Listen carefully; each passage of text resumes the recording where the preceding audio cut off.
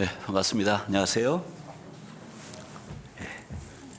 오늘 찬양대가 너무 아주 힘차게, 찬양대한테 주일날은 보통 안 하는데 박수 한번 칠까요? 감사합니다. 뭐야, 소리가 아주 크네요. 네, 같이 기도하겠습니다.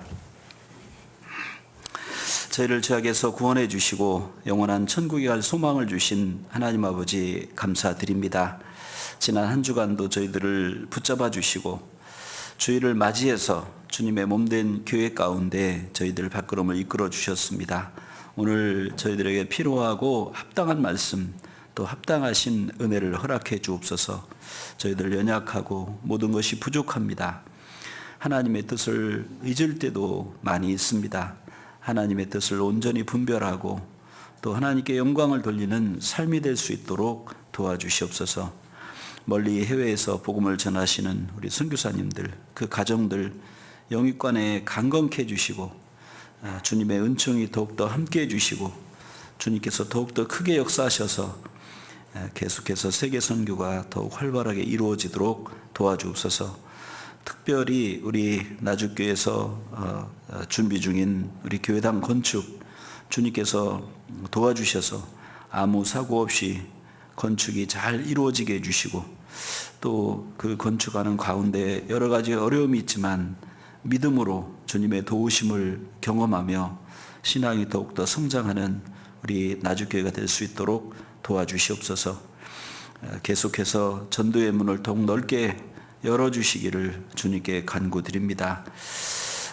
그리고 여러 가지 건강에 좋지 않은 분들, 여러 가지 마음에 어려움을 겪는 모든 분들, 모든 사정과 형편을 아시는 주님께서 위로해 주시고 힘과 용기를 주시고 도와주시기를 간구드립니다.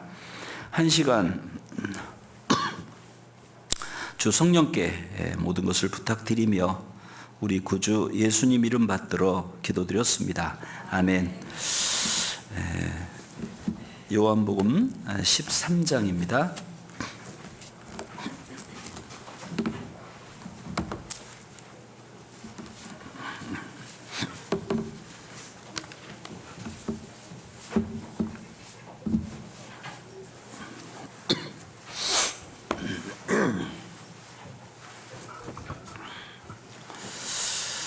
가을이라고 해도 날씨가 아주 좋아가지고 또 쌀쌀하다가도 금방 또 더워지고 합니다. 환절기 조심하시기 바랍니다. 약간 더울 때는 좀 단추들 벗을게요. 시원해지면 또 단추 채우고.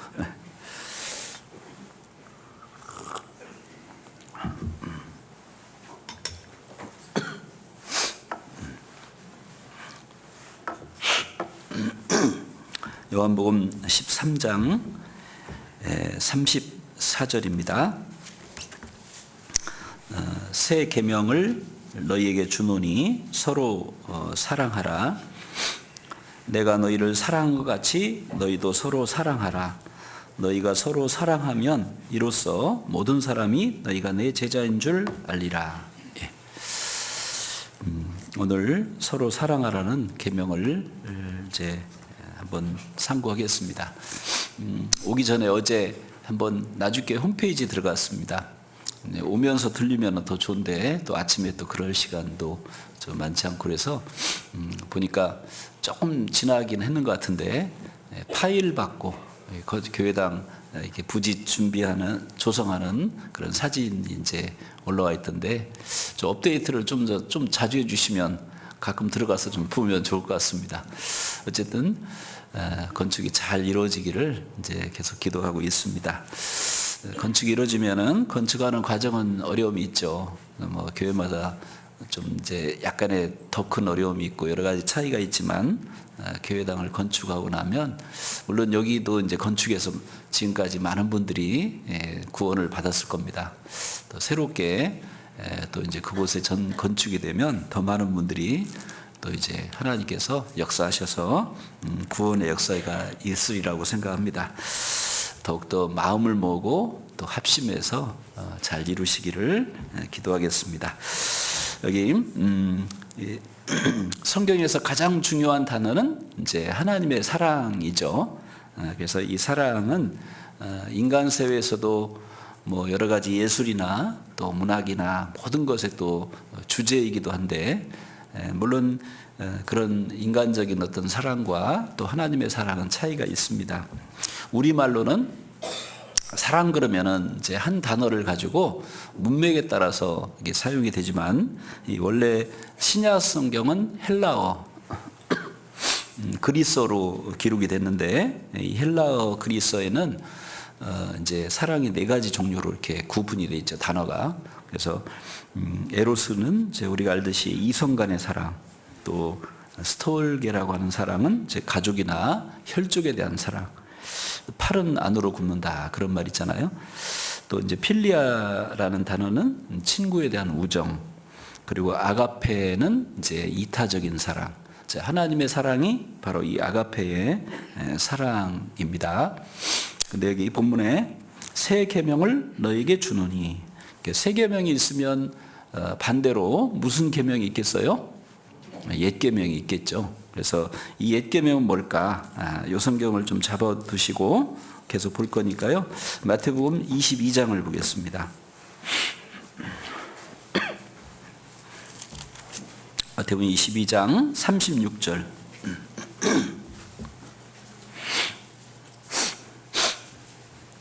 마태복음 22장 36절.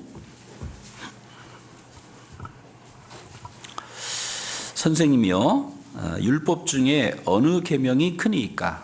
예수께서 가라사대 내 마음을 다하고 목숨을 다하고 뜻을 다하여 주 너의 하나님을 사랑하라 하셨으니 이것이 크고 첫째 되는 계명이요, 둘째는 이와 같으니 내 이웃을 내 몸과 같이 사랑하라 하셨으니. 40절은 같이 읽죠.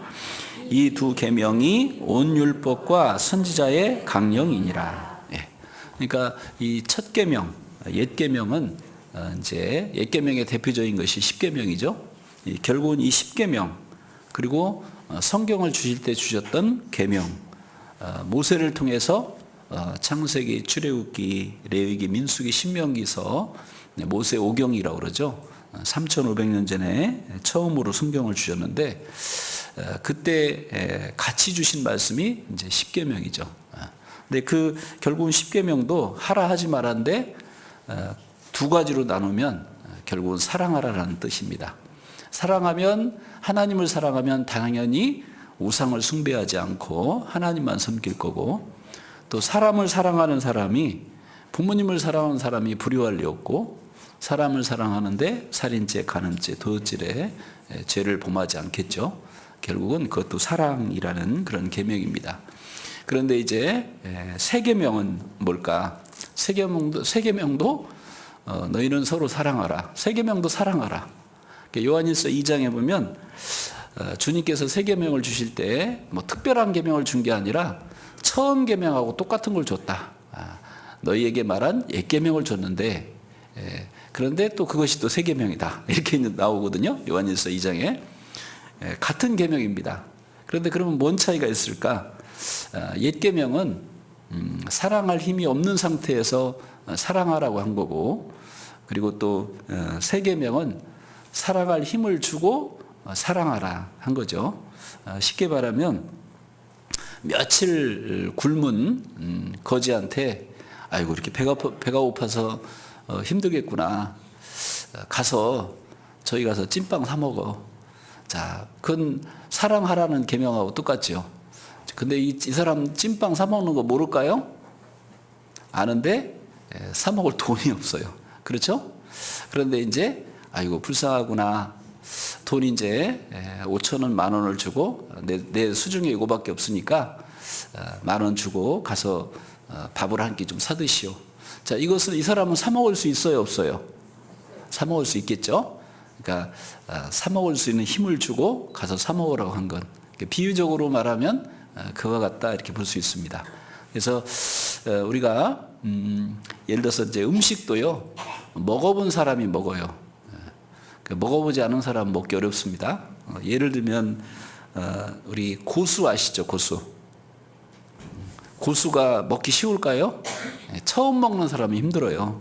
여러 번 먹은 사람은 고수를 또 아주 맛있다고 일부러 고수를 찾아서 먹는 분도 있는데, 저는 고수를 찾아 먹는 편은 아니고 고수를 앞에 있으면 부담 없이 먹는 그런 이제 사람인데, 처음부터 그런 게 아니라, 처음에 제가 진안에 있을 때 어떤 어르신이 진안 사람 되려면 고수를 먹어야 됩니다. 그러면서 3번만 먹으면 이제 앞으로 잘 먹을 수 있습니다. 그런 거예요. 그 얘기를 듣고 이제 3번을 참고 먹은 겁니다. 처음 먹을 때 이상하죠, 맛이. 2번째도 좀 참고 3번째. 그런데 3번 횟수는 세지 않았지만 3번 먹으면은 괜찮을 거다 말 듣고 이제 몇 번을 먹었어요. 이제 3번 딱 센 건 아니고, 그러고 나니까 고수는 야채로서 먹을 수 있구나 하고 이제 부담 없이 먹어졌어요. 자, 해외에 이제 중국하고 선교 다니면은 갈 수 있잖아요. 중국하고 동남아를 이제 가게 되는데, 고수를 먹어본 경험이 있어서 남들은 굉장히 힘들다고 그러는데 저는 부담 없이 먹을 수가 있었어요. 왜 그러냐면 고수를 미리 먹었거든요. 그죠? 먹어본 사람이 그것이 똑같은 그런 재료가 들어있는 음식도 먹을 겁니다. 이 사랑도 받아본 사람이 사랑을 할 수 있겠죠? 사랑을 받아보지 않은 사람은 사랑을 하기 어려워요. 그래서 되게 사랑을 받지 못하고 자란 사람은 이렇게 성장기에 그런 사람이 나중에 커서 삐뚤린 그런 성품을 가진 사람이 많이 있어요. 그렇다고 모두가 그런 건 아닌데 그런 경향이 많이 있다는 겁니다. 그만큼 이 사랑을 받지 않으면 사랑을 하는 것이 쉽지 않은 거죠. 그래서 근데 하나님도 우리에게 처음에는 사랑을 주지 않은 상태에서 사랑을 깨닫지 못한 상태에서 사랑하라는 계명을 주셨고, 이제는 사랑을 주신 후에 사랑하라는 계명을 주신 겁니다. 그래서 여기 세 계명은 하나님께서 우리를 사랑하셔서, 다시 본문을 보면 여기 세 계명을 줄 때 새 계명을 너에게 주노니 서로 사랑하라. 자, 이렇게만 말했으면은 참 어렵잖아요. 그런데 내가 너희를 사랑한 것 같이 너희도 서로 사랑하라. 사랑을 먼저 보여주시고, 그리고 시범도, 우리 군대 가면 조교들이 시범을 보이죠. 시범을 보이고 그대로 따라가면 되잖아요. 그런 것처럼 사랑을 우리에게 주시고, 그 사랑을 받고 나서, 깨닫고 나서 우리는 또 다른 사람들을, 하나님을 사랑하고 이웃을, 형제자매를 사랑하고 또 구원받지 않은 영혼을 사랑하는, 이 서로 사랑하라는 이 새 계명을 우리에게 주신 겁니다. 그래서 성경에 보면 로마서 5장에 보면 우리에게 주신 성령으로 말미암아 하나님의 사랑이 우리 마음에 부음바 됨이니, 그래서 복음을 깨닫고 믿을 때 보이지 않게 성령이 오시고, 그 성령이 우리 마음속을 뜨겁게 감동하고, 또 하나님의 사랑이 우리 마음에 부음받아서 이제는 내가 다른 사람도 용납하고 사랑할 수 있는 사람으로 점점 변화됩니다. 물론 옛 성품도 같이 있지만 이 옛 성품을 또 복종시키고 또 새 성품을 성장시킬 때 서로 사랑하라는 계명을 또한 우리가 지켜갈 수 있게 되겠죠. 다시 이제 본문에 요한복음 13장 34절에 이 새 계명을 너희에게 주노니 서로 사랑하라. 내가 너희를 사랑한 것 같이 너희도 서로 사랑하라. 주님은 우리에게 사랑을 주시고 사랑하라 라고 하셨는데, 그럼 주님은 어떻게 우리를 사랑하셨을까? 우리가 잘 알듯이 하나님은 정말 큰 사랑을 우리에게 베푸셨습니다. 히브리서 2장에 보면 우리가 이같이 큰 구원을 등한히 여기면 어찌 피하리요. 또 에베소 2장 4절에도 긍휼에 풍성하신 하나님이 우리를 사랑하신 큰 사랑을 인해서 우리가 믿음으로 구원을 얻은 것이다, 이렇게 말씀했죠. 정말 하나님께서 우리에게 베풀어 주신 사랑은 너무도 큰 사랑입니다. 그것은 아가페적인 사랑이었고 온전히 자신을 헌신한 그런 사랑이었습니다.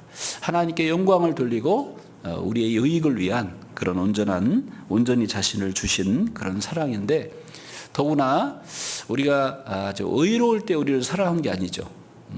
어떤 우리가 우리를 위해서 죽어줄 가치가 있을 만큼 우리가 착해서 우리를 위해서 대신 죽어준 게 아니고 우리는 마음으로 하나님과 원수되었다라고 표현한 것처럼 평생 죄밖에 짓지 않고 죄만 짓고 살아왔습니다.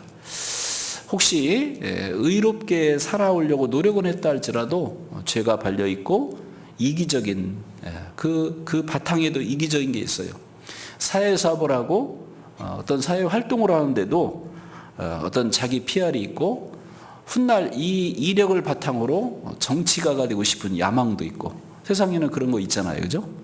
그런데 하나님께서 예수님께서 우리에게 베푸신 그 사랑은 전혀 이제 그런 것도 없고 우리를 정말 지옥에 갈 수밖에 없는 우리를 불쌍히 여기는 그런 사랑입니다. 그 예전에 제가 이제 진안에 있을 때인데 지금은 이제 소천하셨어요.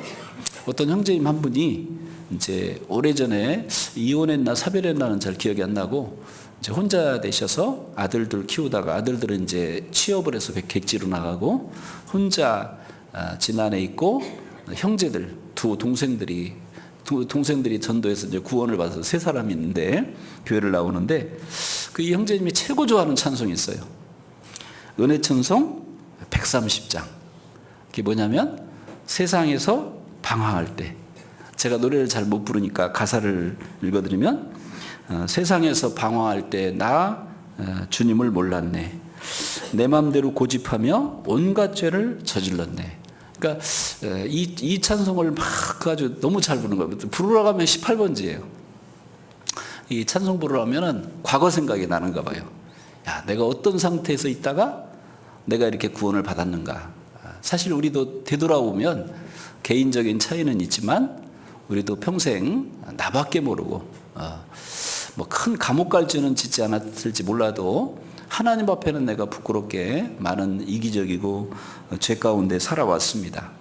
그랬는데 주님께서 우리를 위해서 십자가에 달리신 거잖아요. 그리고 우리는 한 번 죽는 것은 사람에게 정하신 것이요 그 후에는 심판이 있으리니 우리는 다 심판받고 멸망을 받을 수밖에 없는 그런 상황에서 우리를 이제 구원해 주신 겁니다. 성경에는 한마디로 길 잃어버린 양, 목자 떠난 양의 모습이었다라고 말씀하고 있죠. 여기 이사야 53장을 보겠습니다. 표시해 두시고 이사야 53장 6절.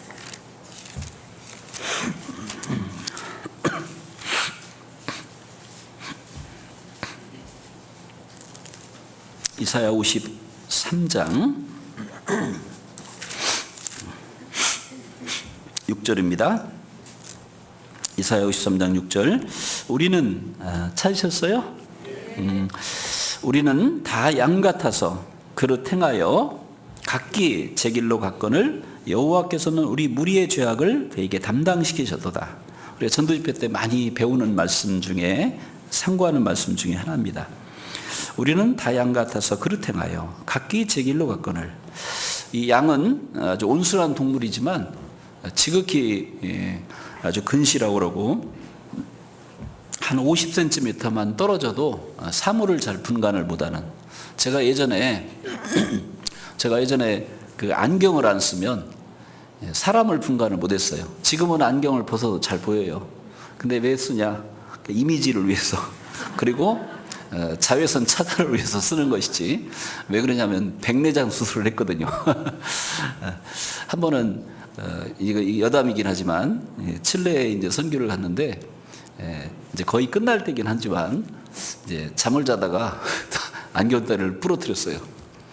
물론 여분을 하나 가져가긴 했습니다. 잘 맞진 않았지만 어쨌든 이게 임시로 볼 수 있는 정도는 오래된 안경이었지만 제가 그때 결심했어요.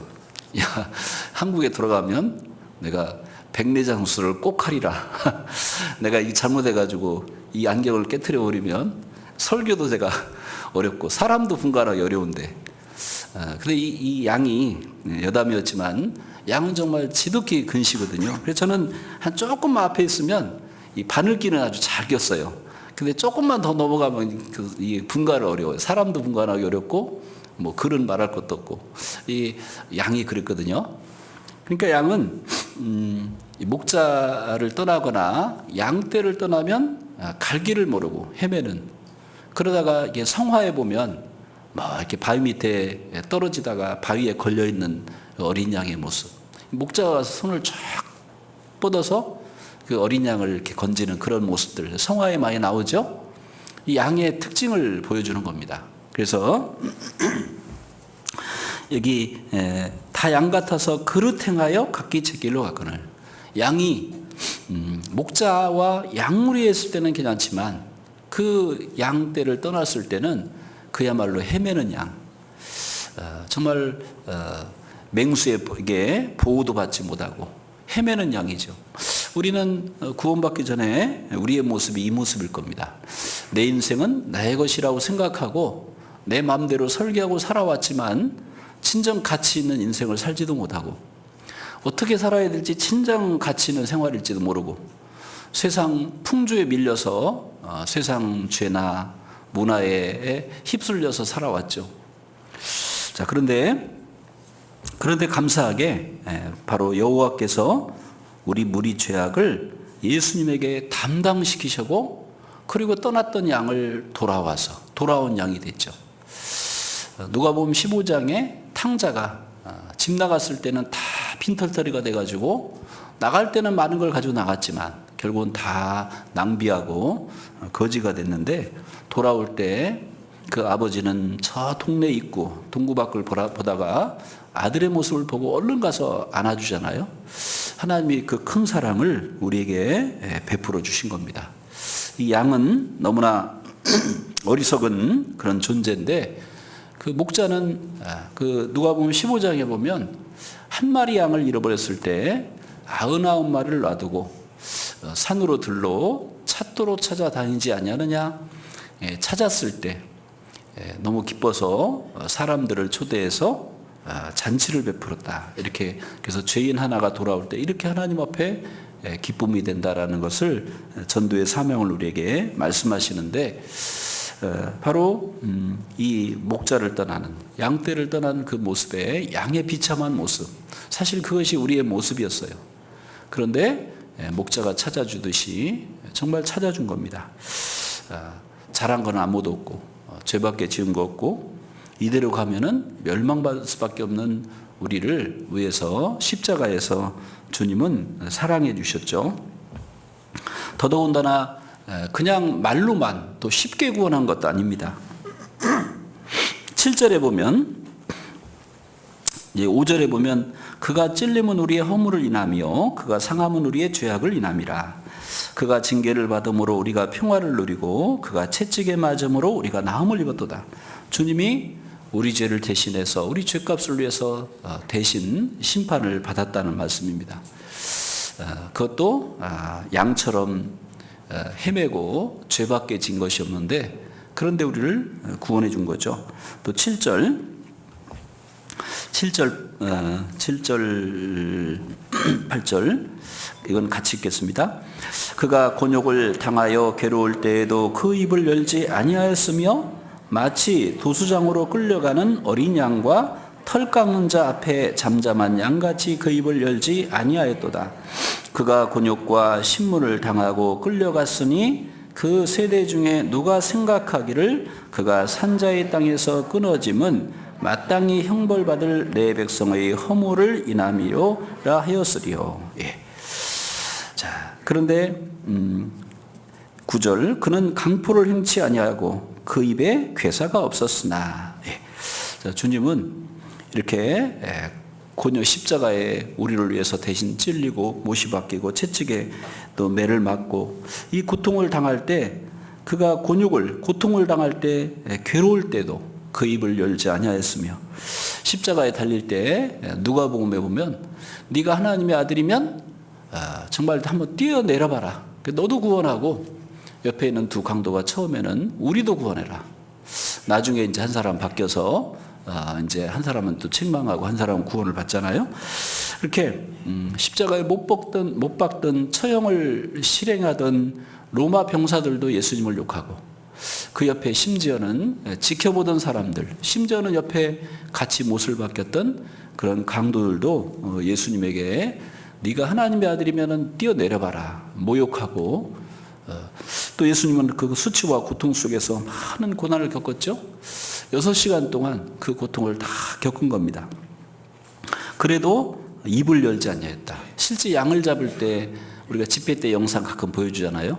양은 정말 뭐 신경이 있으니까 이거 꿈틀은 하지만 별로 큰 소리도 못 내고. 근데요, 이 돼지를 예를 들면 돼지는 얼마나 시끄러운지 몰라요. 제가 어릴 때 초등학교 저학년 때 저희 집에서 좀 학교가 좀 멀었는데 돌아올 때 보면 냇물 옆에 그 옆에를 지나가는 건 아닌데 조금 방향만 조금 바꾸면은 바로 도살장 옆을 지나가거든요. 도살장 아주 궁금해가지고 잘 기억은 좀 가물가물한데 도살장 근처를 갔어요. 혼자 갔는지 친구하고 갔는지 그것도 기억이 잘 안 나는데 하여튼 도살장 옆에 갔다는 거는 기억이 나는데 도살장에 갔는데 그렇게 소리가 막 시끄럽고 피비린내가 났던 그런 생각이 납니다.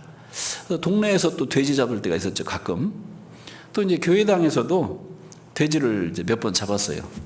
우리 광주 서부교회가 아니고 저 이제 진안교회 한평교회에서 돼지를 잡았거든요. 마당에 이제 수도 시설이 돼 있어서 잡았는데 그리고 또 이 주민들하고 좀 거리가 떨어져 있어요. 가까우면 못 잡아요. 민원 들어가요. 거리가 좀 떨어져서 돼지를 잡는데요. 야, 망치를 먼저 한번 때리고 나서 그 다음에 잡는데 얼마나 시끄러운지. 정말 세상에서 그런 말 하죠. 돼지 멱다는 소리, 그렇게 이제 표현하듯이. 자, 그런데 예수님은 정말 양의 양면성이 있잖아요. 온순한 동물이라는 그 양면성의 모습을 가지고 예수님을 비유를 한 겁니다. 아까 죄인들을 비유할 때는 양의 어리석음, 근시와 어리석음을 가지고 비유한 거고, 근데 여기서는 도수장으로 끌려가는 어린 양은 양의 온순함, 그 모습을 가지고 예수님을 비유를 한 겁니다. 자, 그 예수님의 사랑과 그 희생이 없었으면 우리는 아무도 구원을 받지 못했을 거예요. 또 이해하기 쉽게 나온 아이들 동화가 있죠. 그 안델센의 백조 후수가 아니라 백조 왕자. 어느 왕국에 이 왕비가 죽고 새로운 왕비를 들였는데 이 왕비가 그만 마녀였어요. 그래서 공주와 11명의 왕자들을 시기하고 미워해서 마법을 걸어서 공주는 내쫓고 11명의 왕자들은 백조가 되도록 그렇게 이제 마법을 걸었습니다. 그런데 이제 이 공주가 자기 오빠들이 이제 백조가 되어버렸잖아요. 하나님께 기도를 하니까 하나님께서 이제 천사를 보냈습니다. 네가 오빠에게서 그 마법을 푸는 방법은 한 가지가 있는데 쐐기풀을 가지고 오빠들의 옷을 딱 만들어서 입히면은 마법에서 이제 해방될 거다. 그날로 단 조건이 하나 있는데 어떤 경우에도 입을 열면 안 된다. 그죠? 그때부터 이제 쐐기풀을 뜯어다가 옷을 만드는데 쐐기풀을 건들기만 해도 살갗이 찢어지잖아요. 피가 흐르잖아요. 그걸 가지고 옷을 지었으니까 얼마나 날마다 손가락에 피가 적시는 겁니다. 근데 이제 이 공주를 너무 아름다워서 이제 왕자가 결혼을 해서 이제 왕비가 됐거든요. 다른 나라에. 근데 이제 밤마다 보니까 어느 곳에 가서 이 쐐기풀을 잡고 가지고 손에 항상 이렇게 피가 묻어 있는 거예요. 그래서 이제 그 시기했던 그 대조교가 몰래 밤에 염탐을 해보니까 무덤가에 가서 쐐기풀을 끌어다가 옷을 하는 거예요. 그래서 이제 모함을 해서 이제 마녀로 몰렸습니다. 근데 이제 해명을 할 수가 없잖아요. 말을 하면 오빠들이 이제 마법이 안 풀리니까. 그래서 결국은 마녀로 몰려서 화영장으로 끌려가는데 그 순간에도 계속 이제 쐐기풀로 만들다가 마침 오빠들이 이제 백조가 돼가지고 날아오는 거예요. 그 순간 마지막 옷이 이제 완성돼서 하늘로 탁 던지니까 오빠들이 쐐기풀을 옷을 하나씩 다 입어가지고 사람으로 딱 다시 원위치가 마법이 풀린 겁니다. 그리고 와서 이제 자초지정을 이야기를 하고 그래서 자기를 이제 누명을 씌웠던 그 주교를 내쫓고 또 다시 이제 원위치로 왕비의 위치로 다시 회복되고 오빠들은 그 나라로 돌아가서 이제 왕자 위치를 회복되는, 마치 우리가 에덴 동산에서 창조될 때는 왕자 같은 모습이었잖아요. 근데 마귀의 시험에 들어서 우리가 정말 다 심판받을 죄인이었는데, 예수님이 정말 그 고통을 얼마든지 피할 수 있고, 예수님도 십자가에 나갈 때 할 수만 있으면 이 잔을 넘어가게 해달라고 기도할 정도로 이건 고통이 큰 거거든요, 십자가는.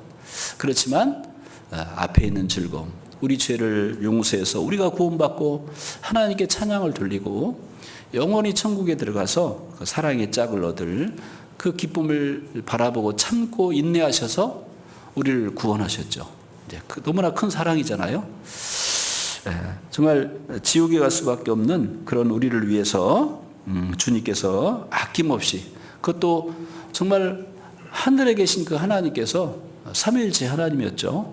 그 영광을 버리고 이 땅에 내려오셔서 가장 비참하게, 이 땅에 오실 때는 말구유에 오시고 짐승의 구유에 오시고, 그리고 이 땅에서 많은 고통을 당하시고 또 십자가에 죽으실 때도 그 고난을 당하신, 정말 너무나 큰 사랑을 우리에게 베풀어 주신 겁니다. 그래서 내가 너희를 사랑한 것 같이 너희는 서로 사랑하라 할 때 주님이 우리에게 너무나 큰 사랑을 베풀어 주셨잖아요. 그죠? 아무 자격 없는 우리에게. 그랬으니까 우리는 당연히, 구원받은 우리는 당연히 주님께 합당한 자세가 주님의 말씀에 순종하는 자세일 거예요. 그래서 고린도후서 15장 15절에는 저가 모든 사람을 대신하여 죽으심은 산자들로 하여금 다시는 저희 자신을 위해서 살지 않고 오직 저희를 대신하여 죽었다가 다시 사신 자를 위하여 살게 하려 함이라. 과거에는 나만을 위해서, 내 가족만을 위해서 살았지만 이제는 하나님의 뜻을 순종하고 또 하나님의 영광을 위해서 또 하나님이 주시고자 하는 상급을 바라보고 살아가는 삶의 목표가 이제 바뀌게 된 겁니다. 우리는 그렇게 큰 사랑을 우리에게 정말 베풀어 주셨잖아요. 그래서 그리스도의 사랑이 우리를 강권하시는도다. 어떤 찬송가는 그 예수님의 십자가를 생각할 때마다 내 마음이 떨려 그 찬송도 있죠. 우리 마음은 그것을 너 거기 있었는가, 그때에 그 십자가 밑에 있었는가. 우리가 직접은 시대적으로 갈 수는 없지만 예수님이 나를 위해서 십자가에 달리시는 모습을 다 기억하면서 그 모습을 생각할 때 우리도 그 밑에 내려가는 거잖아요. 그럴 때 어떤 사람들은 비난하지만, 그러나 막달라 마리아 같이 정말 그 밑에서 얼마나 마음의 고통을 느꼈겠어요. 자기를 사랑해 주신 주님이 그 고통을 당할 때. 그런데 이제 3일 만에 부활하셔서 그리고 무덤에 가서 또 부활한 모습을 보게 됐을 때 얼마나 또 기뻤을까요? 자, 우리도 주님께서 정말 우리 죄를 위해서 대신 죽어주시고 우리 죄를 영원히 용서해 주시고 부활하신 그 사랑을 우리 마음속에 생각할 때 하나님께 우리가 감사와 또 영광을 돌리는 것은 당연할 겁니다. 그리고 또 주님께서 이제 내 안에 거하라. 또 누가복음 10장에 보면 주막에 강도 만난 자를 포도주로 감싸 상처를 올리브로, 그리고 포도주로 상처를 치료하고 올리브로 기름으로 바르고 나서 그 다음에 주막에다 맡겨서 거기서 이제 부비가 더 들면 2데나리온을 맡기고서 이제 상처 또 치료를 부탁하고 떠났잖아요.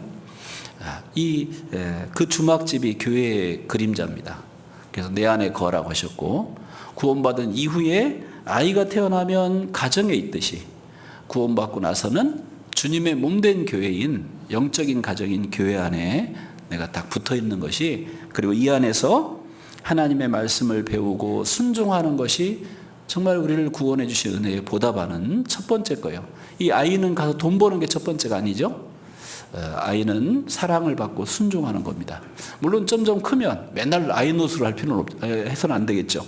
점점 크면 이제 정말 심부름도 하고 또 부모님께 효도도 당연히 해야 되겠죠. 우리 신앙이 성장하면서. 그래서 첫 번째 우리가 교제 안에 붙고 또 하나님 말씀 가운데 순종하는 걸 겁니다. 그리고 또 우리를 구원하기 위해서 그 십자가에 달렸을 뿐만 아니라 구원받은 이후에도 얼마나 큰 은혜를 우리에게 베풀어 주셨어요.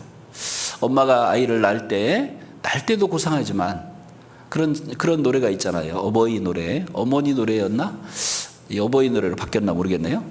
나실제 괴로움 다 잊으시고 기르실제 밤낮으로 애쓰는 마음, 진자리 마른 자리 갈아내시고. 우리 아이를 낳아보시고 또 길러보신 분들 아마 느낄 겁니다. 그죠? 아가씨라면은 절대 할 수 없는데 막 다음날 출근해야 되니까 얼마나 피곤하고 힘들어요. 그리고 누가 깨워보세요. 막 짜증내고 그럴 겁니다. 근데 엄마는 다르죠. 내일 출근해야 돼도 애가 막 열나고 고통스러우면 막 응급실 가고. 자, 그래서 낳을 때뿐만 아니라 기를 때, 그리고 또 어떻게 하면 이 자식을 정말 잘 교육시켜 볼까 해가지고 뭐 학원도 보내고 이것도 해주고 저것도 해주고 막 아낌없이 막 헌신하잖아요. 그런데 그리스도인은 너무 세상 사람처럼 그런 일에 너무 돈을 낭비하면은 안 될 것 같아요. 뭐 기본적인 건 해줘야 되겠지만, 그 고린도전서 3장에 보면요, 나는 심었고 아볼로는 물을 주었을 때 자라나게 하시는 이는 누구라고요? 하나님. 우리가 자녀들의 가장 기본적인 것은 해줘야 되지만 또 교회 학교에서 또 하나님 말씀으로 키워주시면 하나님께서 그 자녀를 길러주시거든요. 내가 뭐 하나부터 저기까지 막 세상 사람들처럼 막 뭐 맹모 삼천지교처럼 막 그냥 아주 유명한 학원 옆으로 이사를 가고 무슨 뭐 엄청나게 해줘야 잘 될 것 같아요. 어릴 때는 따라가는 것 같죠. 사춘기 지나보세요. 더 빨리 바뀌고 더 많이 교육시킨 만큼 더 많이 이기적이고 더 많이 저 멀리 또 도망가요. 너무 자녀 교육에 매달리지 마시고, 그런데 이제 하나님 말씀으로 양육을 하면 늙어서도 떠나지 않거든요. 어릴 때부터 잘 시켜야 돼요. 어릴 때부터. 그죠? 잘못하면 호치루도 때리고, 회치루도 때리고. 요새 선생님들이 때리면 안 되잖아요. 막 그 문제가 생기니까 엄마가 때려야지, 아빠가 때리고. 그래서 교회 학교에서도 선생님 못 때려요. 누가 때려야 돼요? 엄마, 아빠. 그것도 어릴 때 때려야지 커버리면 안 돼요. 그러니까 어릴 때부터 잘 하나님 말씀을, 그 교회 학교에 꼭 참석하게 해서 아침에 일어나기 힘들죠. 왜? 저녁에 맨날 학원 갔다 오고 피곤하죠. 그 다음에 맨날 게임하는 거, 그런 거 좀 절제시키고 학원도 좀 줄이고 또 신앙생활을 잘하도록 하면은요, 그러면은 아침에 벌떡 습관되면 일어날 수 있거든요. 그렇게 해서 신앙생활을 우선 잘하도록 해놓으면, 그러면은 또 교회 생활하다가 마음의 결심을 해요. 내가 이렇게 놀기만 해서 안 되지. 공부를 해서 먹든지 마시든지 하나님의 영광을 위해서 해야 되지. 공부할 마음이 또 들면 또 작심을 하면 또 열심히 하거든요. 우리 아들을 보니까 중학교 때까지 맨날 놀더라고요. 이 녀석이 뭐가 될꼬. 그런데 이제 고등학교 올라가는데 이제 발령을 받아서 학교를 옮기게 됐어요. 이제 한평으로 옮기는데 한 3일인가 5일인가를 못 갔어요, 학교를. 이제 왜냐하면 새로운 학교를 가야 되는데 이게 이제 일찍부터 이렇게 전학이 돼야 되는데 뒤늦게 하는 바람에 티오가 없어가지고. 근데 다행인 게, 감사한 게, 우리 자매님의 남편이 구원을 안 받았어요. 지금은 받아서 광주의 어느 교회에 계신데 그때는 구원을 안 받았는데, 우리 자매님의 남편이니까 이제 자매님이 아내가 우리 목사님 아들이 왔는데 학교 배정이 안 되는지 좀 도와달라고 이렇게 하니까 이제 도와줬어요. 도와줬는데 대답이 좀 시원찮아요. 된다는 얘기도 아니고 될 거라고만 얘기하는 거예요. 나중에 여기저기 알아보니까 학교장 재량이더라고요.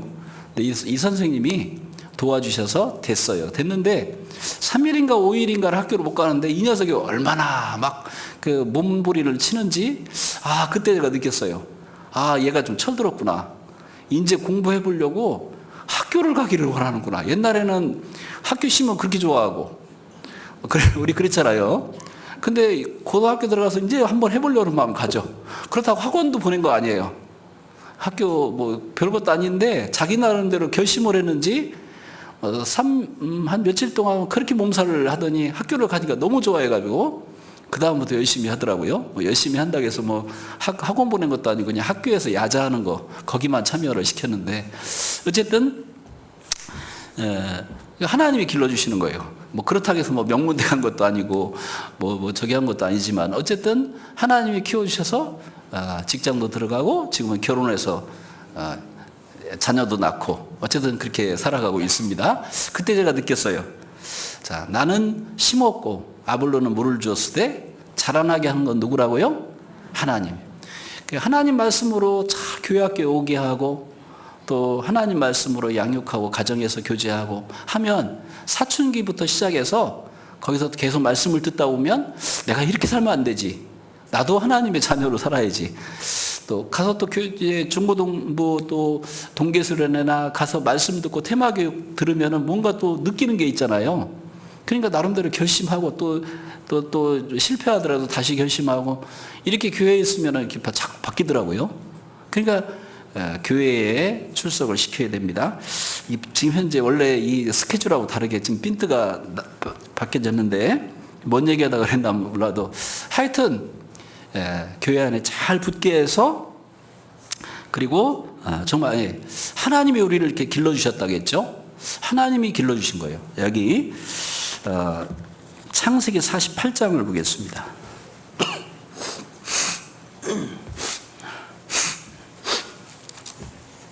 창세기 48장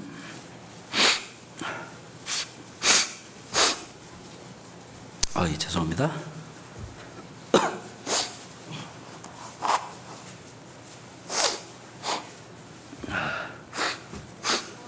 창세기 48장 15절입니다. 창세기 48장 15절 그가 요셉을 위하여 축복하여 가로되 내 조부 아브람과 아버지 이삭을 섬기던 하나님 나의 나무로부터 지금까지 나를 기르신 하나님 나를 모든 환난에서 건지신 사자께서 이 아이에게 복을 주시오며 이들로 내 이름과 내 조부 아브람과 아버지 이삭의 이름으로 칭하게 하시오며 이들로 세상에 번식하게 하시기를 원하나이다. 자, 16절의 내용은 요셉의 두 아들 므낫세와 에브라임에게 축복을 하는 내용인데 이때 이 야곱이 뭐라고 그러냐면 내 조부, 내 할아버지 아브람, 내 아버지 이삭에 섬기던 하나님 그리고 내가 태어남으로부터 지금까지 나를 기르신 하나님 나를 모든 환난에서 건지신 사자께서 자, 하나님이 자기를 어떻게 길러주신지를 되돌아본 거예요. 지금 야곱의 나이가 147세입니다. 애굽에 들어갈 때가 130세. 애굽에서 17년을 살고 그리고 이제 죽기 바로 직전에 마지막으로 이제 축복을 하고 얼마 있다 죽거든요. 자, 147세를 딱 되돌아보니까 한마디로 내 인생 여정 끝내어 강 건너 언덕 이를 때 하늘물 향해 말하리 예수 인도하셨네. 우리 은혜찬송가의 132장에 나오는 그 내용인데 뒤돌아보니까 하나님이 나를 길러주신 거예요. 야곱이 보면 어머니 밑에서 그야말로 세상 말로 말하면 마마보이처럼 세상 경험도 별로 없고 그냥 집안일만 돕는 70세까지 그렇게 살아간 거예요. 옛날엔 지금보다 좀 오래 살았으니까. 그랬다가 형은 막 들 사람이잖아요. 사회적으로 성공도 하고. 그런데 이 야곱은 조용히 가만히 생각해 보니까 하나님의 축복이 장자에게 있구나. 요걸 어떻게 해서든지 뺏어야 되겠다. 뱃속에서부터 뺏으려고 하다 못 뺏었거든요. 나와가지고 부지런히 연구를 하는 바람에 드디어 장자의 명분도 뺏고 축복까지도 어머니가 도와서 이제 뺏은 거예요. 그리고 나서 쫓겨났습니다.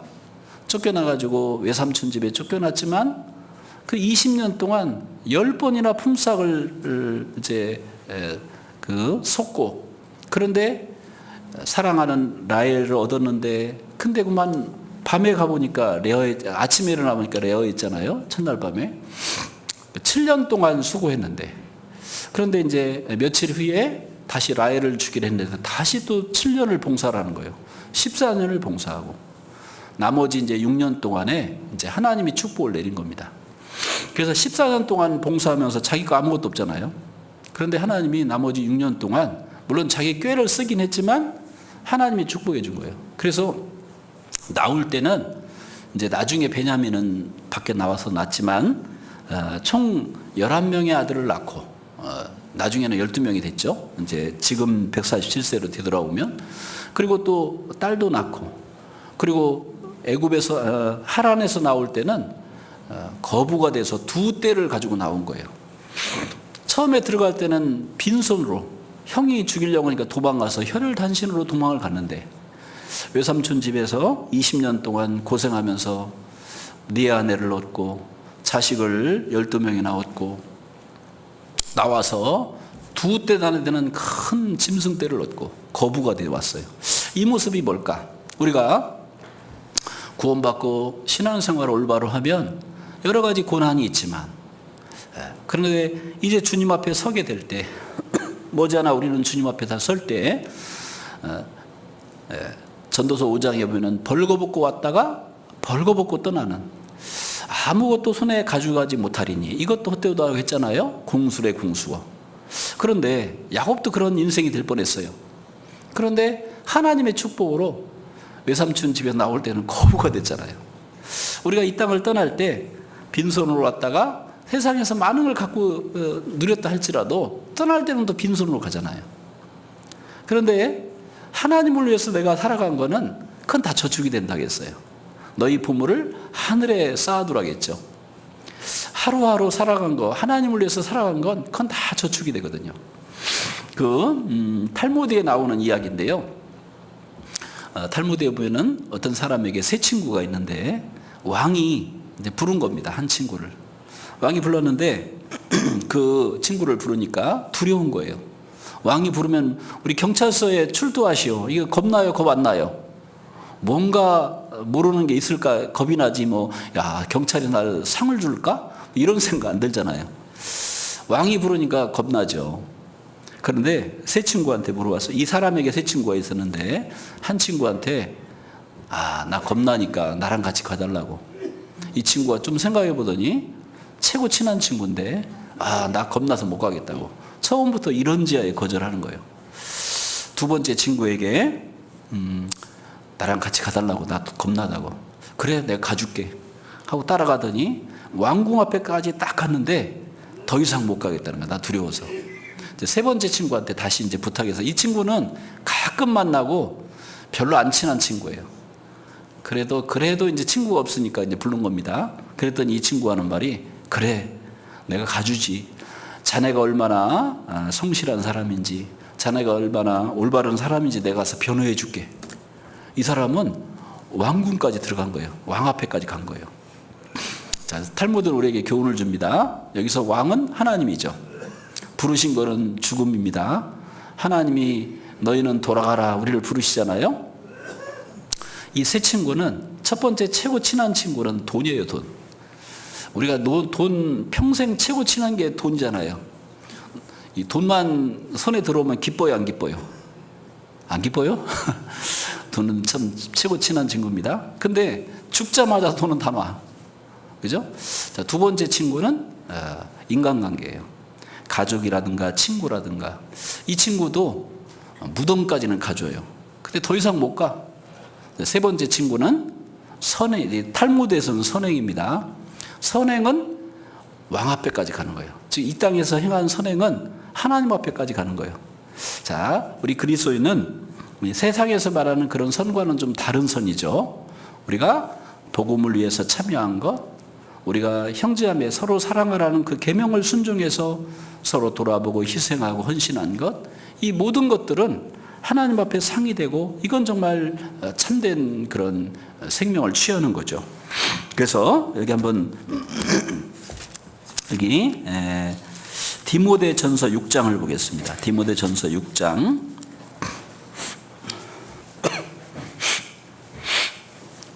17절입니다. 디모데전서 6장 17절.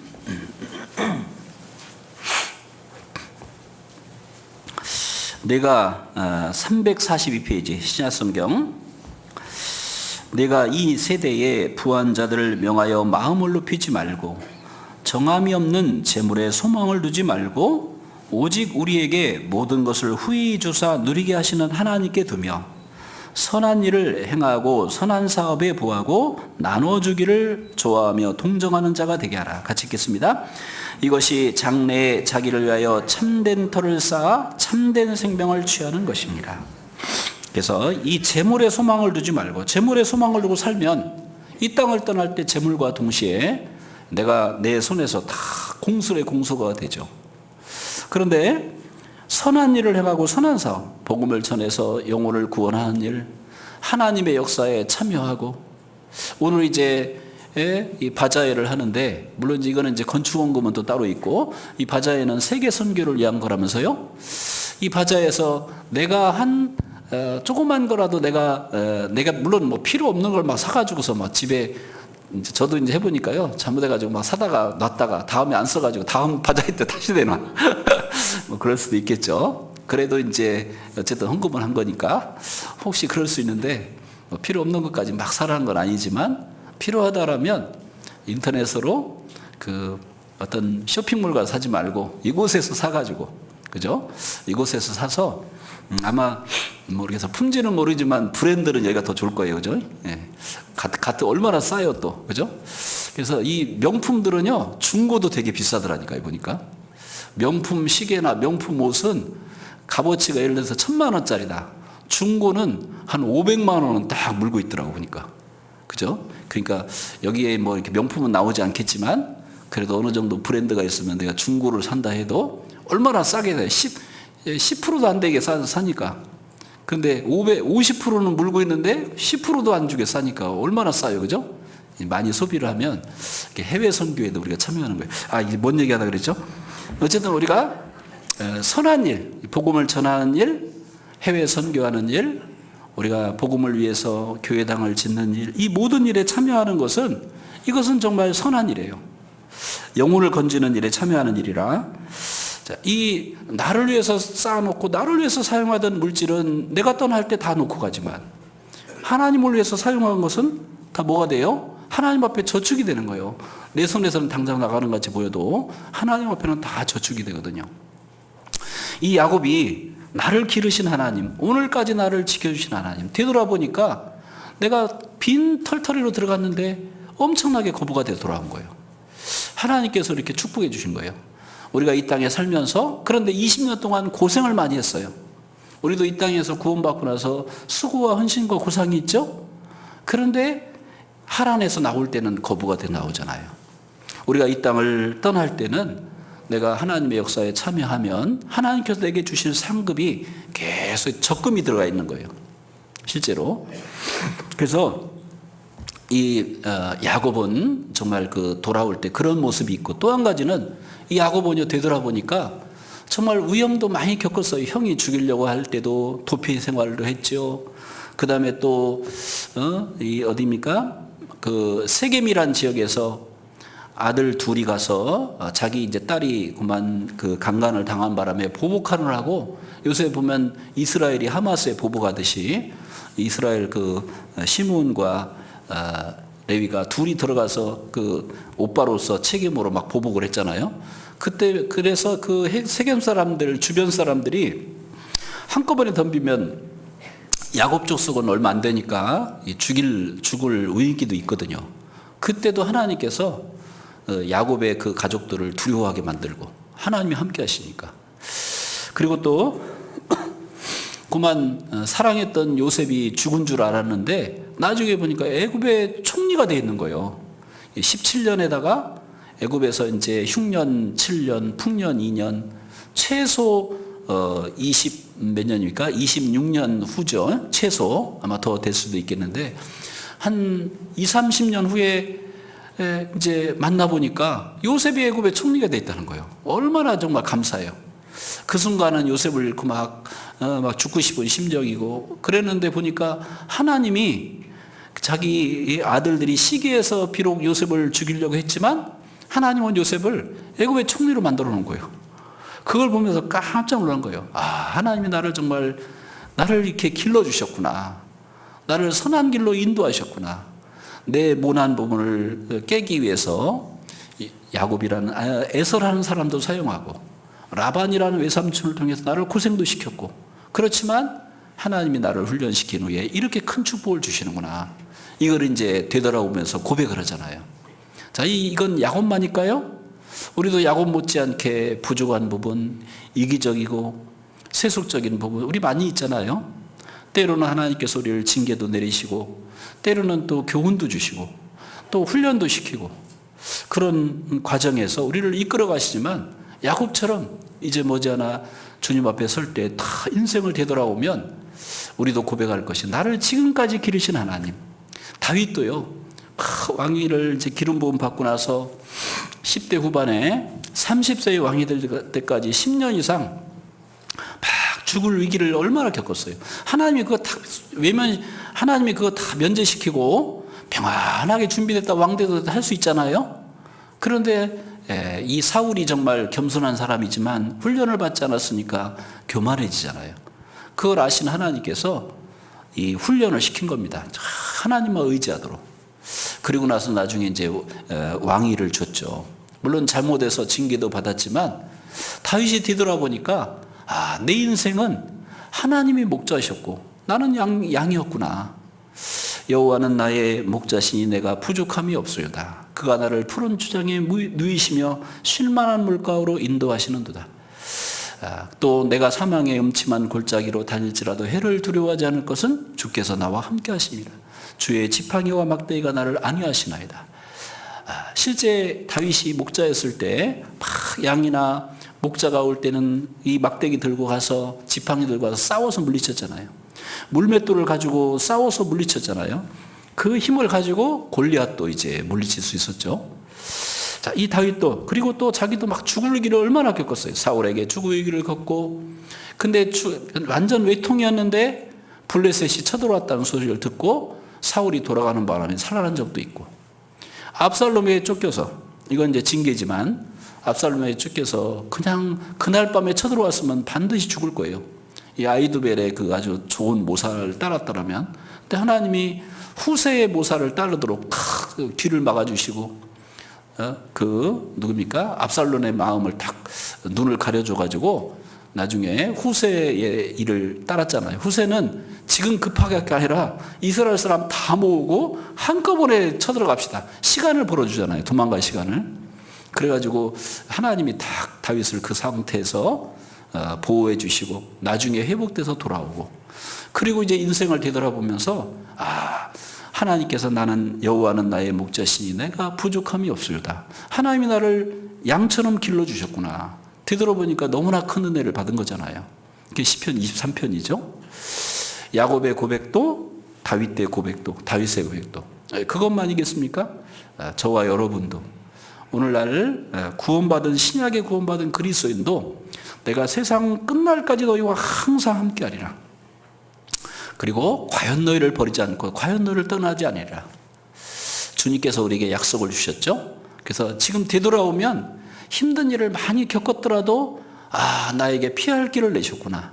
이렇게 나를 길러주셨구나. 이렇게 도와주셨구나. 그래서 지금까지 지내온 것 주의 크신 은혜라. 찬송가의 가사처럼 하나님의 은혜잖아요. 구원해 주신 것도 너무나 큰데 지금까지 보살펴 주시고 은혜를 베풀어 주신 것도 너무나 큰 거잖아요. 내가 너희를 사랑한 것 같이 우리를 이렇게 사랑해 주신 거죠. 그죠? 그러면서 그 사랑을 이렇게 받았다면 당연히 너희도 서로 사랑하라 라는 말씀을 계명을 우리에게 주신 겁니다. 우리는 너무나 큰 사랑을 받았고 받고 있죠. 지금도 그 사랑 받고 있잖아요. 그죠? 그래서 그 큰 사랑을 받았다면 우리는 당연히 우리도 정말 주님을 가장 귀하게 여겨야 됩니다. 찬송가 489장에 보면 세상 모든 풍파 너를 흔들어 약한 마음 낙심하게 될 때에 내려주신 주의 복을 세워보아라. 주의 크신 복을 내가 알리라. 되돌아오면 오늘까지 나를 이렇게 길러주셨구나. 힘들고 어려움을 겪었지만 그래도 나를 교훈해 주시고 때로는 나를 훈련시키기 위해서 내가 잘못했을 때는 징계를 내려서도 나를 바른 길로 인도하시기 위해서 가시밭길을 걷기는 했지만 이렇게 인도해 주셨구나 라고 딱 되돌아오면 감사할 수밖에 없을 거예요. 왜냐하면 하나님은 우리를 정말 구원받은 사람은 결코 버리지 않거든요. 그리고 세상 끝날까지 함께 해주시죠. 자, 우리는 이렇게 주님은 우리의 큰 사랑을 베풀어 주셨습니다. 다시 본문을 보겠습니다. 요한복음 13장. 요한복음 13장 34절입니다.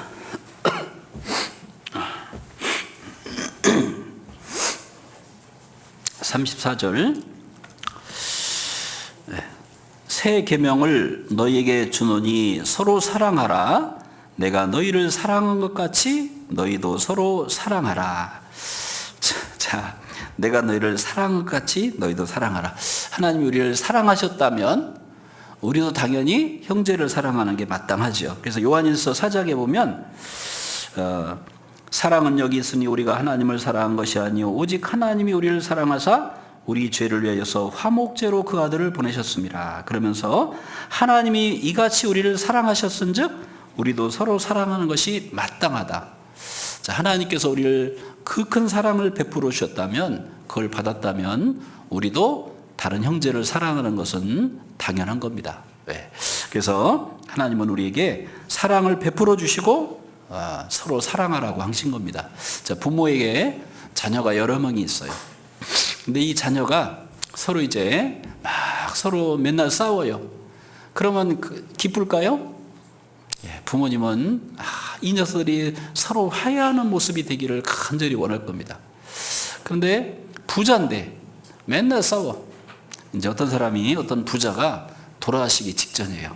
그래서 이제 부모님이 인종을 본다고 자식들이 다 모였습니다. 보니까 이제 아버지가 이 표정을 보니까 눈도 약간 돌아가시고 이제 거의 돌아가실 것 같아요. 그러니까 이제 아버님 윗목에 놓고 아랫목에서 아들들이 모여서 재산을 가지고 서로 이제 의논하는 거예요. 형은 옛날에 유학도 보내줬으니까 형은 돈 많이 썼으니까 조금만 가져. 나는 고등학교밖에 못 나와서 받은 게 없어. 나는 많이 받아야 돼. 서로 야, 너 지난번에 아버지가 집 사줬지 않냐? 막 서로 싸우면서요. 막 피 터지게 나중에 막 열이 붙어요. 나중에 며느리들까지 가세를 해요. 아버지가 이제 마지막 기는 살아있잖아요. 돌아가시다가 아이고 참 그 싸우는 소리가 들리는 거예요. 어떻게 하겠어요? 눈에서 눈물이 주룩 흘리면서 돌아가시겠죠. 그잖아요. 야, 속으로 뭐라 하겠어요? 내가 자식 농사 망했구나. 자, 그런데 이번에 이제 반대로 너무너무 찢어지게 가난해서 공부도 제대로 못 시켰어요. 겨우 고등학교도 막내만 하나 보내고 다 초등학교도 제대로 못 보내고. 근데 이제 아버지 돌아가시기 전에 자녀들이 모여가지고 서로 이제 회의를 하는데 우리 가진 것 별로 없지만 그래도 아버지 집 한 채하고 논 그거 한 마직 있는 거 그거밖에 없는데 이거 이제 그래도 형이 그래도 최고 케어를 잘했으니까 형이 그래도 절반을 가지시고 우리가 그래도 우리는 그냥 별거 없으니까 좀 놔두자. 그랬더니 형이 또 마음을 더 크게 넓어가지고 아니야, 우리 다 같이 애쓰고 다 같이 힘들었는데 우리 n분의 1로 공평하게 나누자. 이제 부모님이 그거 들으시면 돌아가셔. 자, 그러면은 아이고 내가 가난해서 힘은 없지만 자식 농사 하나 잘 졌어 하고 죽으면서 그런 마음으로 아마 돌아가시겠죠? 자, 마찬가지로 하나님도 우리의 아버지이신 하나님도 우리가 서로 우애하고 사랑하고 서로 돌아본다라면 형님 먼저 아우 먼저 그런 것도 있잖아요. 옛날에 우리 보면 아이고 형님 집은 정말 자녀들도 많을 텐데 하고 아우가 가서 형님 집에다가 이제 별을 갖다 놨어요. 그랬더니 형님이 이제 아유 아우는 가난한데 하고서 형님이 갖다 놨어요. 맨날 밤마다 저녁마다 두 사람 집이 이제 그 뭡니까 이 쌀가마니가 왔다 갔다 하는 거예요. 그러다가 하룻밤에는 달빛에서 둘이 지구 가다 만났대요. 길거리에서 서로 만나가지고 서로 웃었답니다. 그게 뭐죠? 그게 무슨 동화죠? 우리 전래동화 중에 있는데 이제 그런 것처럼 형님 먼저 아우 먼저. 이런 모습은 정말 얼마나 우애가 있는 거예요, 그죠? 그런데 서로 싸우고 다툰다라면 아마 부모님이 정말 얼마나 서운할까요? 하나님은 더욱더 서운하시겠죠. 우리에게 크신 사랑을 베푸시고 우리에게 사랑을 베풀어 주시고 우리에게도 서로 사랑하기를 주님은 이제 원하시는 겁니다. 자, 그러면 어떻게 그럼 사랑을 실천할까? 한 몇 가지만 생각해 보겠습니다. 남은 시간 에베소서 4장입니다. 에베소서 4장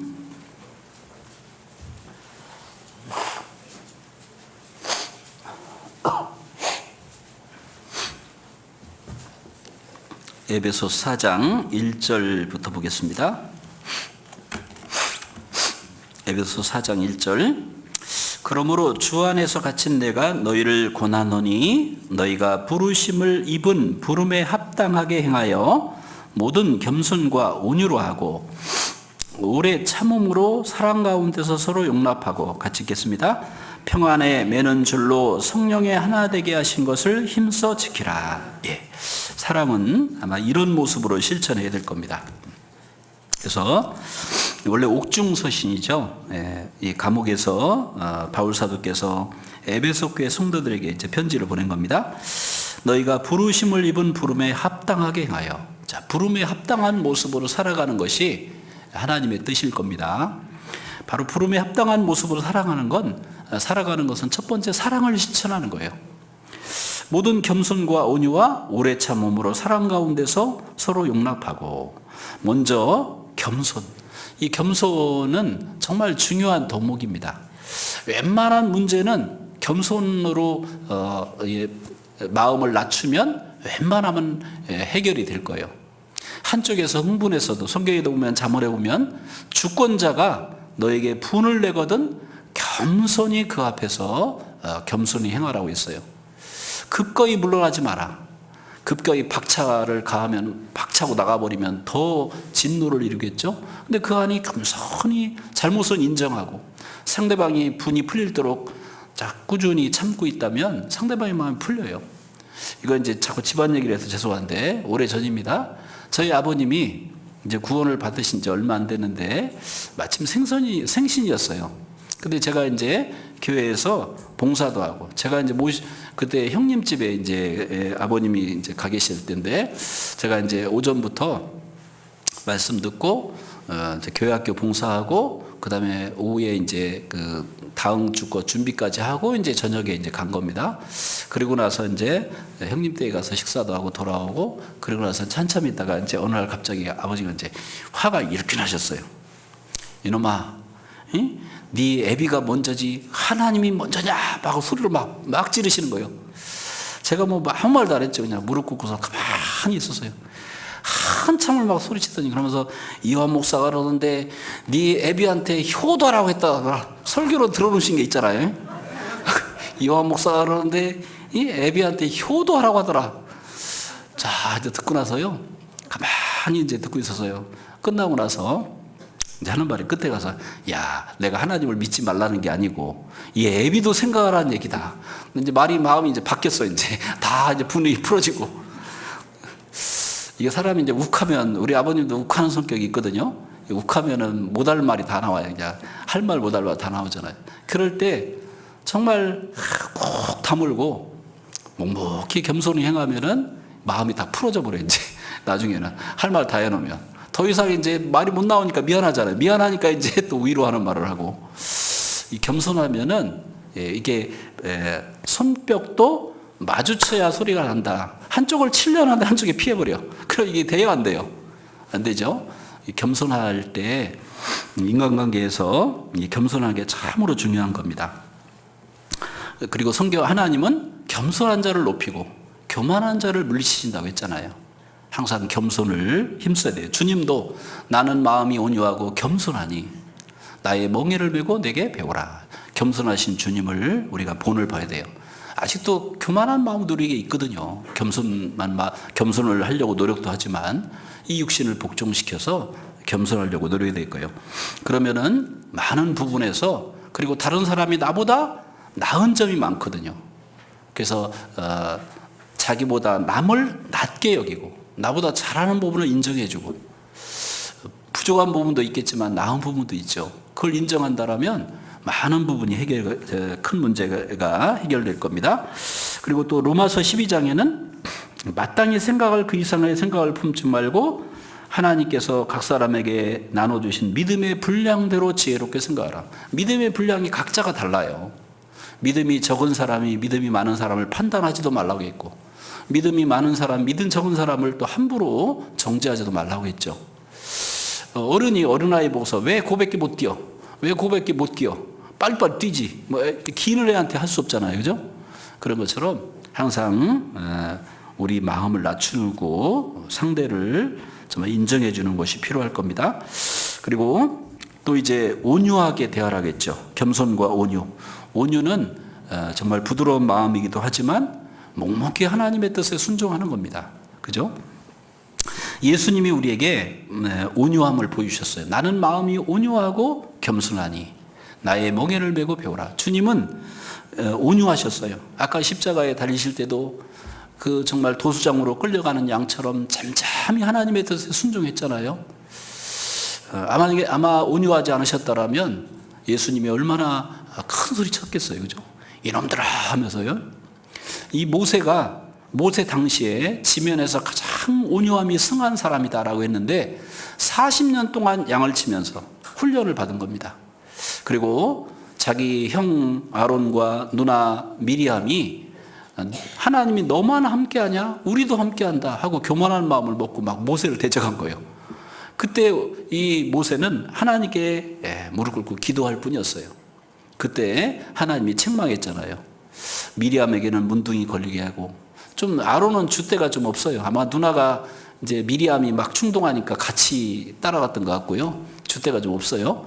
근데 이제 모세가 쭉 그 하나님께 기도하니까 하나님께서 오히려 그들을 용서하기를 기도하니까 하나님께서 내 종 모세는 정말 모든 사람보다 지면의 온유함이 승하다.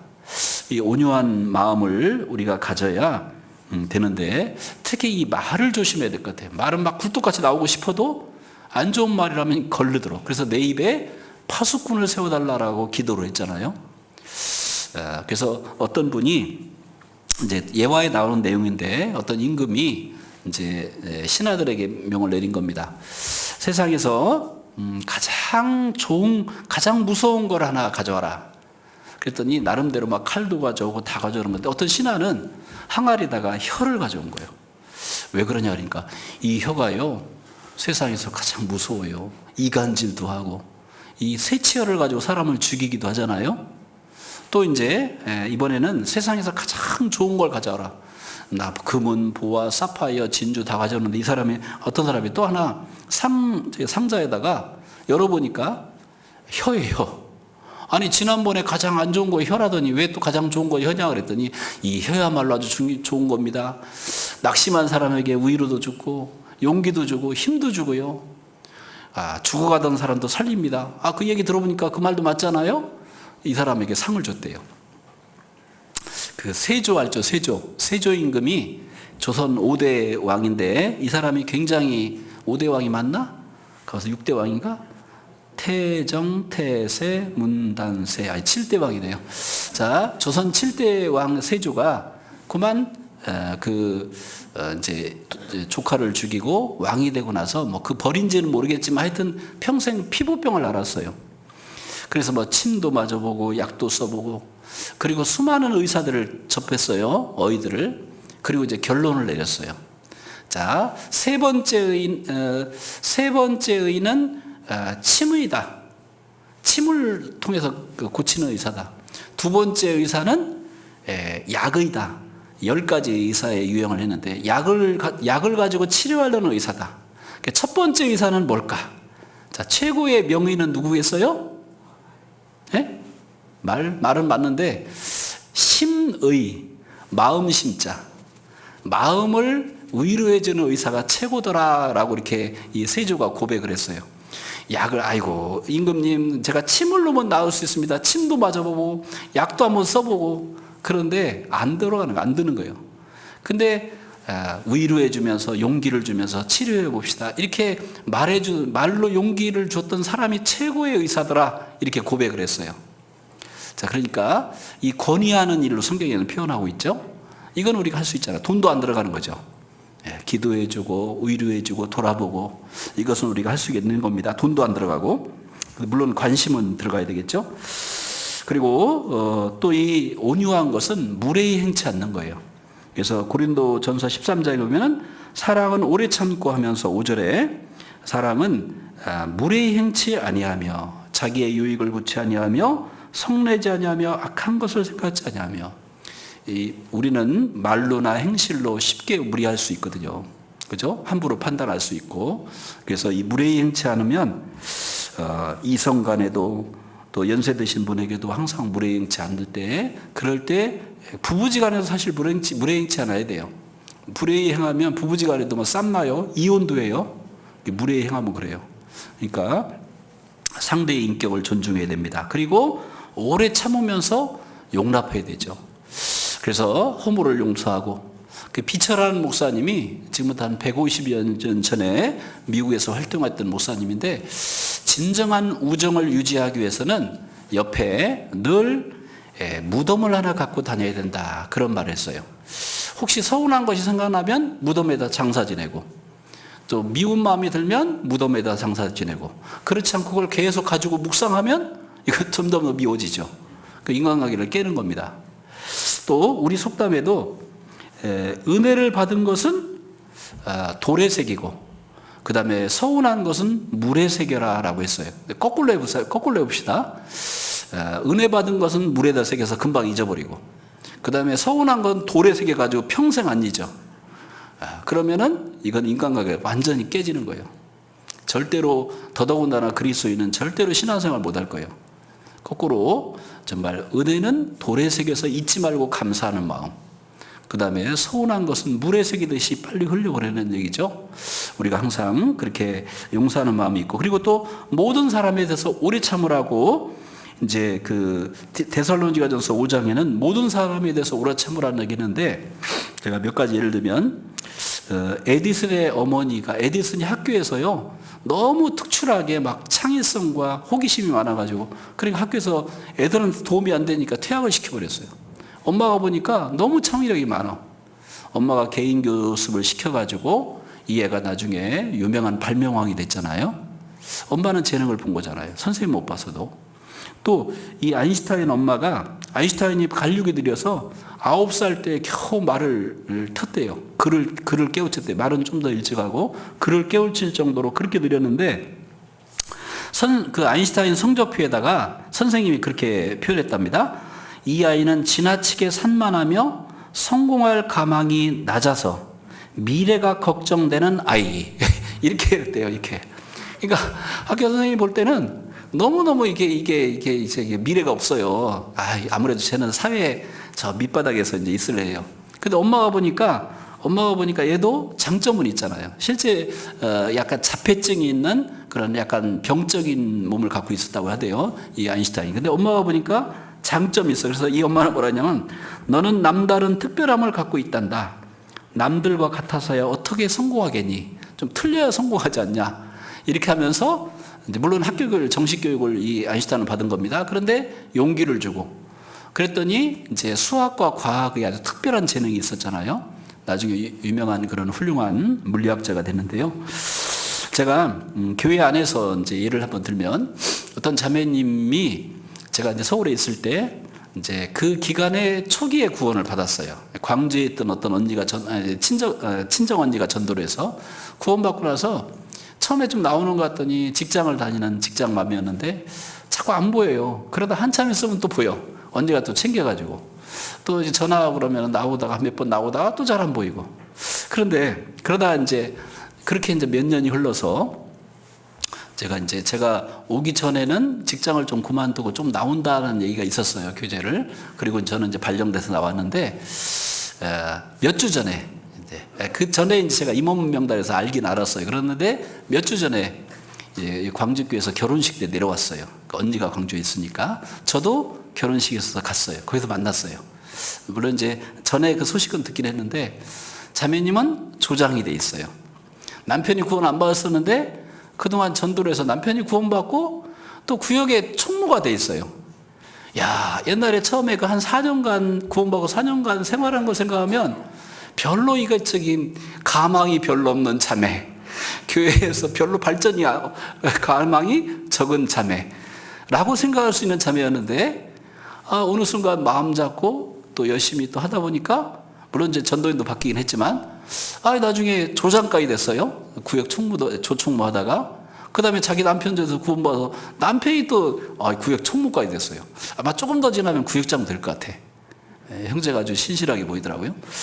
자, 그래서 우리가 교회 안에서도 섣불리 판단하지 말고, 요 형제는 앞으로 교회에서 발전된 가능성이 별로 없는 형제처럼 당장 느껴지더라도 용기를 갖고 믿음을 갖고 오래 참고 또 기도해주고 또 세워주고 노력하고 오래 참으면 머지않아 정말 먼저 된 자가 나중되고 나중된 자가 먼저 되는 경우도 많다고 했잖아요. 그죠?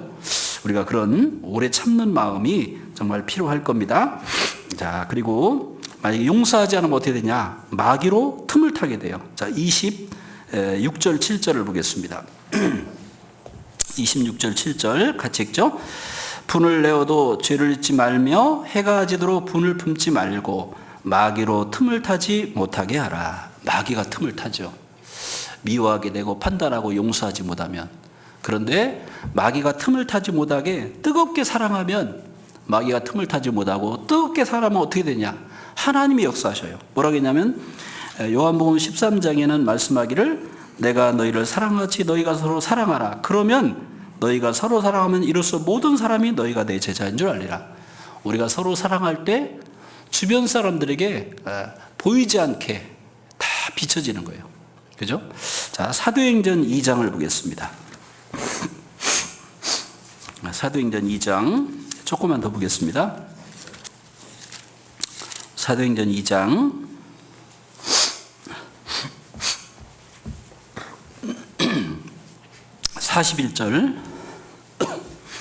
41절 그 말을 받는 사람들은 세례를 받음에 이날에 제자의 수가 3,000이나 더하더라. 같이 읽죠. 저희가 사도의 가르침을 받아 서로 교제하며 떡을 떼며 기도하기를 전혀 힘쓰니라. 46절 날마다 마음을 같이하여 성전에 모이기를 힘쓰고 집에서 떡을 떼며 기쁨과 순전한 마음으로 음식을 먹고 하나님을 찬미하며 또 온 백성에게 칭송을 받으니 주께서 구원받는 사람을 날마다 더하게 하시니라. 우리가 서로 사랑하고 오래 참고 용납하고 그러는 가운데 한 마음으로 사랑할 때, 사랑은 또 관심이잖아요. 돌아보는 거. 그럴 때 하나님이 함께 하시고 우리를 지켜보던 사람들이 저 사람들은 정말 진실한 신앙을 가졌구나. 처음에는 이단이라고 오해도 하고, 그런데 나중에 쭉 지켜보니까요, 그 행실을 보고서 마음이 열리게 되거든요. 그러니까 절반은 그리스도의 행실로 사람의 마음이 열려요. 절반은 교회에서 집회를 통해서. 집회만 가지고 되는 게 아닙니다. 그래서 행실만 가지고도 구원시킬 수는 없지만 행실을 통해서 마음을 열게 하고 하나님 말씀을 또 들어서 더 마음을 열게 해서 구원을 받게 할 수 있거든요. 그래서 우리가 뜨겁게 사랑할 때 전도의 문을 하나님이 계속 열어주셔서 집회할 때마다 계속 구원의 역사가 더 크게 일어날 겁니다. 자, 그리고 이게 이제 복음에 합당한 생활인데요. 사랑하는 게 여기 빌립보서 1장 하나만 더 보겠습니다. 빌립보서 1장 27절 빌립보서 1장 27절 319페이지입니다. 오직 너희는 그리스도 복음에 합당하게 생활하라. 이는 내가 너희를 가보나 떠나 있으나 너희가 일심으로 서서 한 뜻으로 복음의 신앙을 위하여 협력하는 것과 아무 일에든지 대적하는 자를 인하여 두려워하지 아니하는 이 일을 듣고자 함이라. 같이 읽죠. 이것이 저희에게는 멸망의 빈거요 너희에게는 구원의 빈거니 이는 하나님께로부터 난 것이니라. 자, 복음에 합당한 생활, 서로 사랑하는 거죠. 또 하나, 일심으로 한 마음으로 한 뜻으로 복음의 신앙을 위해서 협력하고 대적하는 자 고난 가운데서 믿음으로 하나님께 나아가는 겁니다. 고난 가운데서도 믿음은 막 그 살아있는 이 물고기들은 막 밀려오는 그 거친 그 북동물 속에서도 차고 올라가잖아요. 그죠? 믿음으로 나아가는 것은 고난을 이기고 나갈 수가 있어요. 자, 그런데 일심으로 복음을 위해서 협력하는 것 뭐겠습니까? 이번에 이스라엘에서 전쟁이 났어요. 자, 이스라엘 전쟁 나니까 미국의 외국에 있던 그 이스라엘 청년들이 이제 그 자기네 나라로 돌아가서 싸우기 위해서 비행기표를 막 서로 예매하고, 뉴스 보셨어요? 그러니까 합심협력하는 거예요. 실제 1차, 2차, 3차, 4차 중동전쟁 때도 외국에 있는 유대인들이 고국에 가서 내가 싸우기 위해서 막 비행기를 너무 많이 자원해가지고 나중에는 전쟁이 끝나고 나서 이미 예약이 차가지고 못 들어간 그런 사람도 많이 있었다는 거예요. 아랍 사람들은 다 도망갔어요. 그런데 이스라엘 청년들은 전쟁에 싸우기 위해서 막 참여했잖아요. 그러니까 우리가 지금 이제 중요한 교회당 건축도 하고 있는데 여기서 내가 정말 같이 합심을 하는 겁니다. 사사기 5장에 보면 가나안의 전투 때 어떤 사람들은 막 적극적으로 헌신했는데 어떤 사람들은 막 마치 그 바닷가에서 노니는 것처럼, 강가에 노니는 것처럼 무관심한 사람도 있었어요. 메르스 사람들은 또 완전히 무관심했기 때문에 저주를 내렸잖아요. 그런 것처럼 하나님의 역사, 우리가 구원받고 정말 이 교회가 아니었으면 내가 어떻게 구원을 받았어요. 하나님은 우리 교회를 통해서 역사하시잖아요. 너무나 감사하잖아요. 그죠? 그리고 합심해서 하면 어떤 어려움도 이길 수 있고, 그 다음에 그 작은 그 일도 조그마한 어떤 단체를 할지라도요, 합심하고 똘똘 뭉치면 큰 역사를 이뤄요. 역사를 보면 알렉산더 그 군대가요, 몇천 명이 아니에요. 정예 군대가. 또 징기스칸 군대, 정예 군대가 얼마 안 됐어요. 그런데 싸움마다 다 승리했어요. 막 용감하게. 요 똘똘 뭉치니까 지도자를 중심으로. 그러니까 막 우리가 생각할 때 알렉산더는 막 세계를 제패했으니까 수십만 명이 동원돼서 막 전쟁할 것 같잖아요. 기병대 가지고 몇천 명인가 몇몇 명인가 가지고서 승리를 한 거예요. 다 물리친 거예요. 그러니까 페르시아는 수십만 명인데 결국 졌잖아요. 그죠? 그러니까 적은 인원이라도 똘똘 뭉치니까 큰 역사가 있잖아요. 복음을 위해서 합력할 때 하나님께서 지금도 열심히 하고 계시지만 더 뜨겁게 합심하고 기도하고, 그래서 예루살렘 교회가 막 간절히 기도했을 때 베드로가 감옥에 갇혔다가 하나님이 착고를 풀고 기도를 응답해서 나오잖아요. 그죠? 그러니까 합심 기도하면 하나님이 역사가 크거든요. 그러니까 합심하고 뜨겁게 하나 되고 일심으로 같이 또 전도도 힘쓰고 또 건축을 위해서도 같이 힘쓰고, 그러면 하나님께서 분명히 또 역사하시고, 하나님이 세상 말로 하늘도 감동한다 그러잖아요. 하나님께서 분명히 함께 하시고 이 큰 역사를 끝까지 또 잘 이루실 겁니다. 그래서 사랑하라는 거 안에는 서로 짐을 지는 것도 포함되는 거예요. 자, 마지막으로 갈라디아서 6장을 보겠습니다. 갈라디아서 6장. 갈라디아서 6장입니다. 2절입니다. 갈라디아서 6장 2절 같이 읽겠습니다. 너희가 짐을 서로 지라, 그리하여 그리스도의 법을 성취하라. 그 다음에 5절 같이 읽겠습니다. 시작. 각각 자기의 짐을 질 것임이니라. 예. 우리의 위치에서 우리의 짐을 지고, 또 옆에 힘들어하는 사람이 있으면 또 같이 도와줘서 같이 짐을 지고, 이렇게 합력할 때 하나님께서 큰 역사를 지금까지도 해오셨지만 앞으로도 특별히 지금 아주 중요한 일을 하고 있는데, 일심 합력할 때 하나님께서 반드시 더 크게 역사해 주시라고 생각합니다. 기도하겠습니다.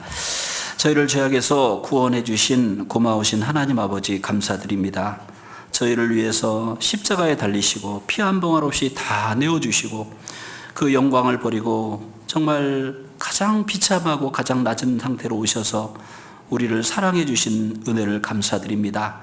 우리 남은 생애가 그 은혜에 보답하는 생애가 되게 해주시고, 특별히 우리 나주교회 교회당 건축을 위해서 지금 일을 하고 있습니다. 주님께서 더욱더 힘을 낼 수 있도록 지치지 않도록 도와주시고 더욱 축복해 주시고 역사해 주시기를 간구드립니다.